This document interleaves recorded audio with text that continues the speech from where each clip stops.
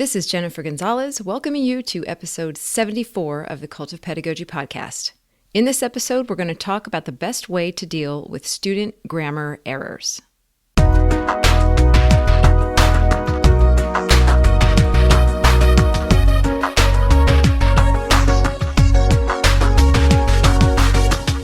It happens at the start of every school year. Teachers decide that once and for all, they are going to fix the problem of student grammar errors. These kids can't write, they say. They don't know their parts of speech. They can't spell. They write in text language. Their writing is full of run-on sentences. They don't even put capital letters at the beginning of sentences anymore. I mean, what did they teach them last year anyway? And so it is decided. Before getting into any curriculum this year, before having students write a single thing, they are going to get back to basics. 1, 2, 3 full weeks of nothing but parts of speech lessons, grammar drills, punctuation exercises. Surely, if they teach it hard enough, that ought to take care of it. Except it doesn't. As the school year wears on, despite all those drills, students continue to make the same mistakes. And all across the land, their teachers' voices rise in chorus. I taught you this. We went over this. Don't you remember? In this episode, we're going to talk about why teaching grammar in this way doesn't work and what you should do instead. Today's sponsor is a perfect platform for teachers who want to get their students writing more. Writeabout.com is a writing community and publishing platform for classrooms, a space for daily writing across all genres and purposes.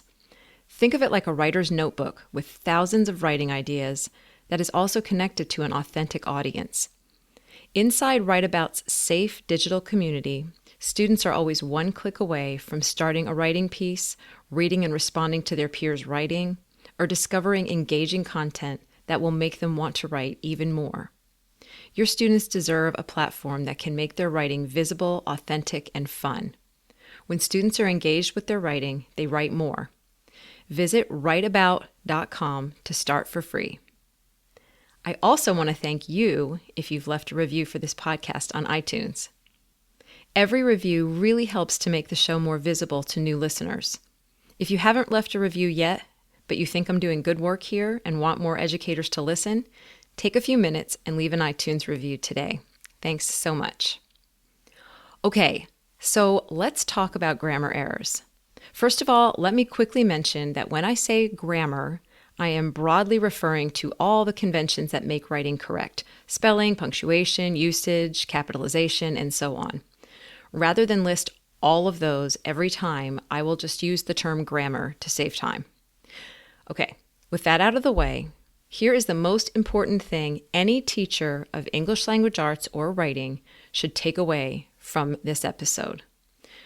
Grammar taught in isolation, outside the context of meaningful writing, has been found to have no significant impact on the quality of student writing. In fact, excessive drills can have a detrimental impact on it. These findings have been supported by decades of research. In his exhaustive 1984 meta-analysis, and just in case you don't know, a meta-analysis is basically a study of studies where researchers will gather up hundreds of studies on a certain topic and try to make generalizations based on those studies or those results.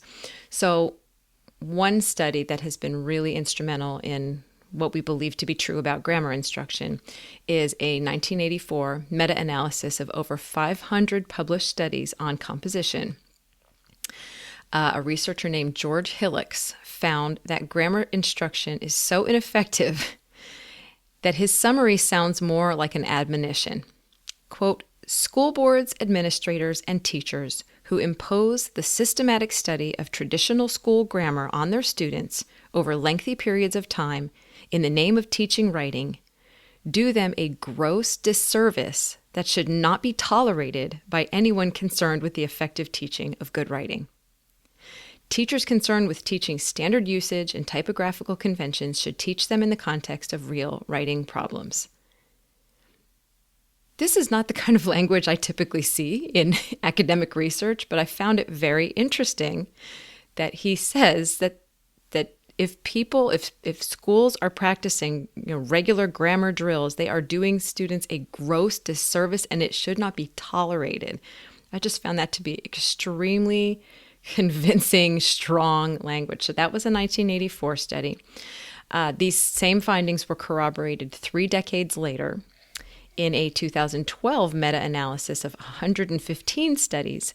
Researchers looked at the impact of 6 different writing interventions, 6 different ways that teachers, attempt to teach students to write better. The only one of the 6 that had no statistically significant effect was grammar instruction. And half of those actually had a negative result.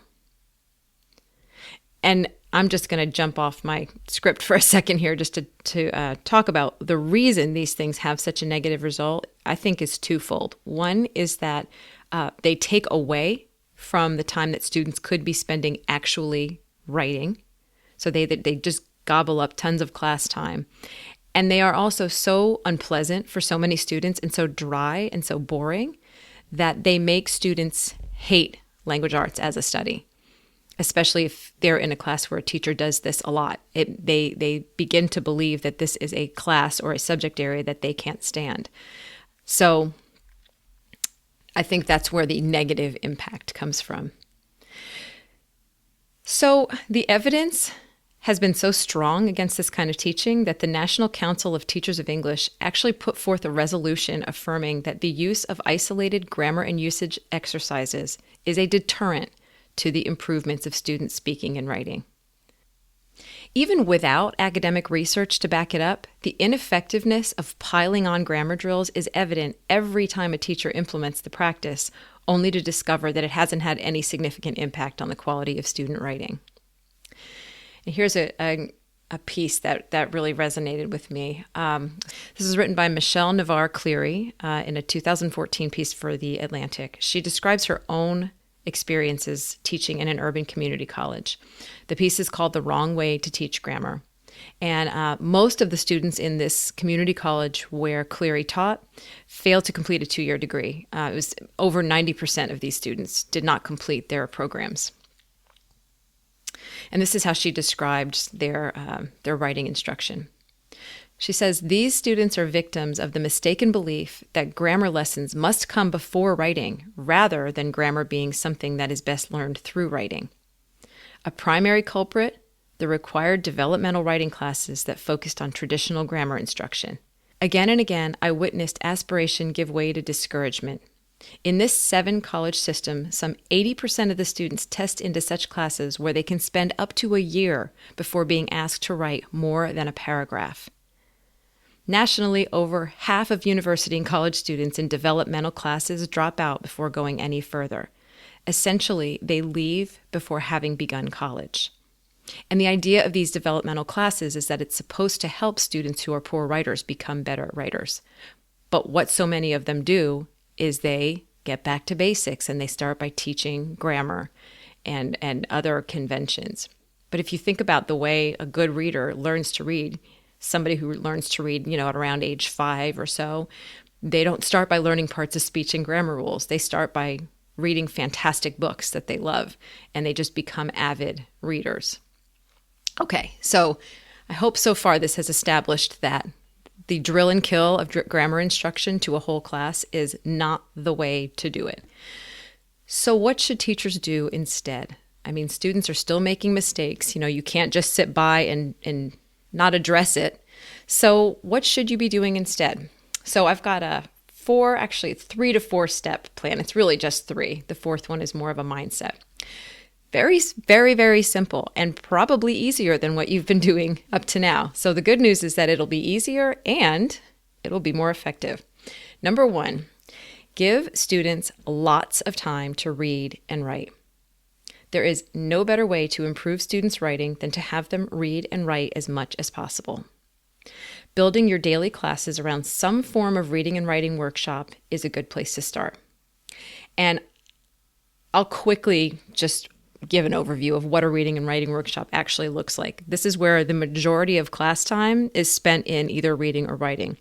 Class will typically start with some sort of a mini lesson on some aspect of writing craft or something having to do with reading. Maybe the teacher will, talk about some quirk in certain writers' styles, or they might share a passage that they really enjoyed, or it might be some sort of a writing technique, something about foreshadowing maybe, or something like that. But something very quick, 5 minutes.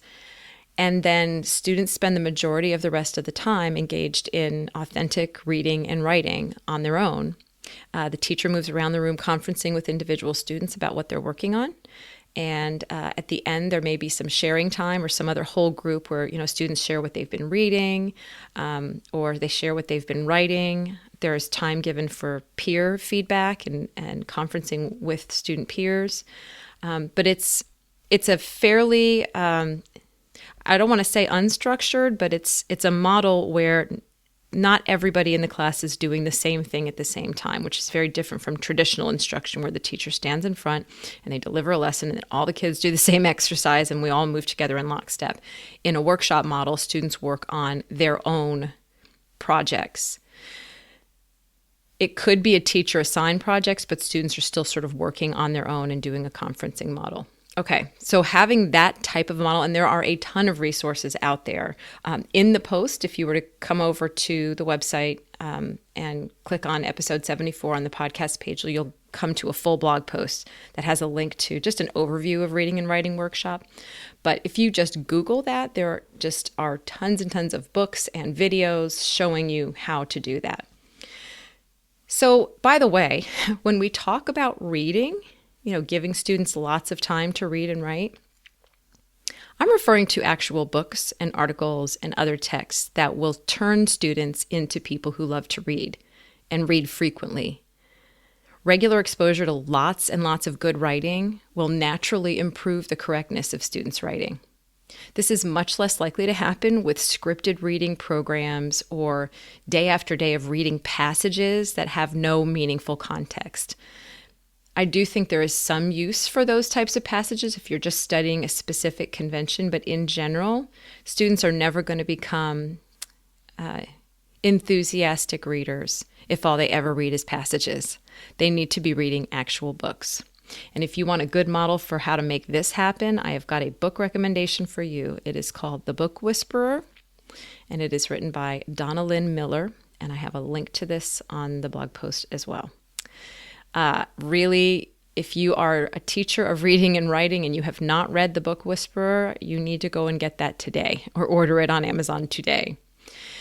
So again, the first part of effective teaching of grammar kind of has nothing to do with grammar. It's giving students lots of time to read and write, reading real books and writing formally and informally. They can be writing formal pieces that you assign to them, things where they take them all the way through the whole writing process, and also informal writing, things like journal entries and free writes and other sort of just creative things. But unless they're actually writing, they're not going to become better writers. And if you choose to abandon most of your formal grammar instruction, you're going to free up lots of class time for students to do this. So that's step one, prioritize lots of reading and writing time in class. Step two, and this is the part where you may not be doing this yet, and this would be the thing that you would need to set up. Curate a database of quick grammar lessons. So all the reading and the writing in the world is not going to magically turn students into perfect writers. Because they will continue to make mechanical errors, and because these conventions are best taught within the context of the writing they'll be doing in your class, set up a system that allows individual students to quickly learn the conventions they need. This could take the form of a file cabinet or a shared drive online, something that students have access to with folders that contain just one high-quality lesson for each error. So you might have a folder for the your versus your errors, the two different spellings for your. Maybe a separate file for then versus than. And, you could have 20 or 30 of these, each one that addresses just one specific error. You can get these lessons from anywhere. You can pull them out of an old textbook. You can download, not download, but link to YouTube videos. These could be, old worksheets that you have from workbooks. It could be a combination of things. It's really not hard to find, grammar lessons out there. There's just tons of stuff out there. The important thing to do is that you want to make sure that they've got two different qualities. One, they should be effective. Do not just dump everything you can find into this one folder. That is just going to frustrate and confuse your students. Curate only the most effective materials. The other quality that they need to have is that they need to be self-running. Set them up so that students can access them and learn from them independently without requiring your help. So it's just a matter of, you made a mistake, you spelled Y-O-U-R instead of Y-O-U''re. Go to folder number 2. The student should be able to go to the folder, pull out the lesson, do it, and then maybe have something that they can use as a reference or take some notes or something like that. So I'm going to explain what to do with this in step 3, but I also want to mention that if you don't have the time or energy to set something like this up, which I totally believe you could do all on your own, I have actually created a beautiful set of grammar mini lessons that I designed for this exact setup. They're called grammar gap fillers. Each one focuses on a different skill, and it includes a short video, a self-check quiz that students take and they grade themselves with the answer key, and a cheat sheet that students can keep in their notebooks for future reference. The cheat sheet just goes over kind of what the video said so that they don't have to keep going back to the video if they need a refresher. So far, I've done 12 of these, covering the 3 spellings for the word there, the 3 spellings for the word to, and so on. So to get a look at this, if this sounds like something that you'd be interested in, come over to Cult of Pedagogy, click on Store, and then just go to Classroom Materials, and you'll see them. They're called Grammar Gap Fillers. Okay, so whenever you have set up this filing system of grammar lessons, self-running, really effective grammar lessons, then step 3 is to just have individual students do individual lessons as needed. As your students do the daily work of writing in a range of genres for a variety of purposes, which you have just made lots of extra time for by cutting whole class grammar instruction out of your plans, send individual students to these lessons as needed. Students can go to the lesson they need, refresh themselves on the rule, and then get back to their writing, where they can correct the error and keep an eye out for future uses of that same convention. Occasionally, you might find that many students are making the same error, in which case it might be appropriate to spend 5 minutes reviewing a concept as a whole class. At other times, you might want to push students to try more advanced types of sentence structures, so doing craft lessons like a study of mentor sentences could be an effective way to accomplish that. And in this blog post, I've got a link to Ideas by Jivey, a website where there's an article about how to do mentor sentences. Eventually, once students become familiar with your database of lessons, they should start to seek them out on their own as they write. This is the ideal. Students who are aware of when they need help and who can find the resources they need to help themselves.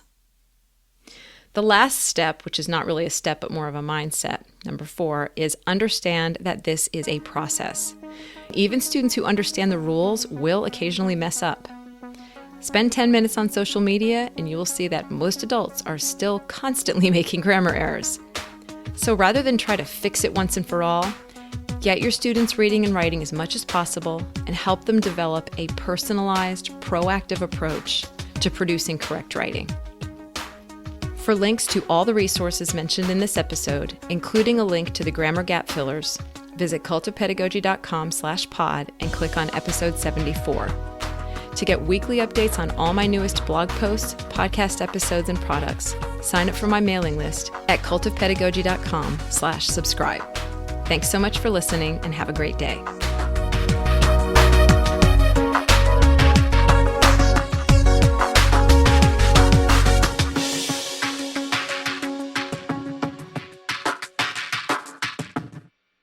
This podcast is a proud member of the Education Podcast Network. Podcasts for educators, podcasts by educators. To learn more, visit edupodcastnetwork.com.